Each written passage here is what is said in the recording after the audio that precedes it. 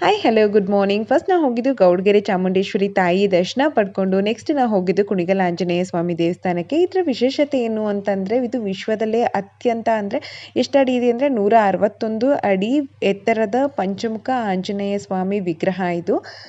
So ನೋಡ್ತಾ ಇದ್ದೀರಾ ನೀವೇನೆ ಎಷ್ಟು ದೊಡ್ಡದಾಗಿ ಅನ್ಸುತ್ತೆ ಅಂತ ಅಂದರೆ ನಾವು ಮೂರ್ತಿ ಇದೆಯಲ್ಲ, ಮೂರ್ತಿ ಪಾದದ ಹತ್ರ ಅಷ್ಟೇ ನಾವು ಬರೋದು.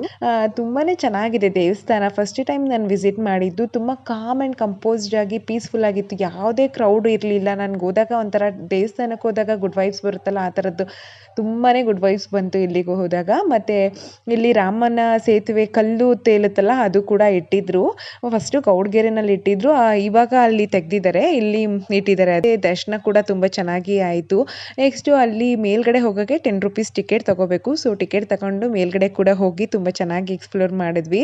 ಸೊ ಮೋನು ಹೊಟ್ಟೆ ಹಸಿವು ಅಂತ ಅಂದ್ಬಿಟ್ಟು ಲಾಡುನೇ ತಿನ್ಕೋತಾ ಇದ್ದು. ಮತ್ತು ನೆಕ್ಸ್ಟ್ ಲಾಗಲ್ಲಿ